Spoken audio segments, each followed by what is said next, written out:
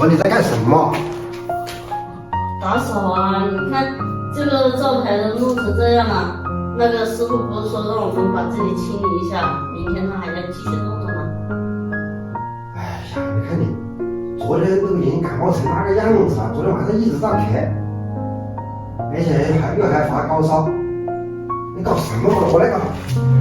哎呀，我看你一个人那么忙，哪里做得过来嘛？我就想着这里稍微舒服一点点嘛，你就来做一下啊。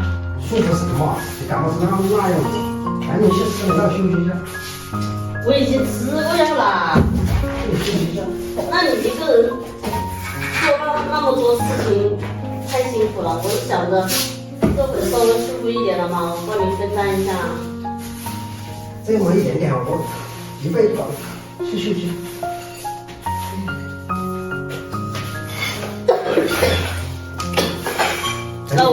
那我上楼去啊。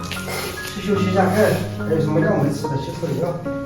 我已经吃过药了，我就是感觉身上沙溜溜的。要不你等一下打扫完了带我去打个吊针。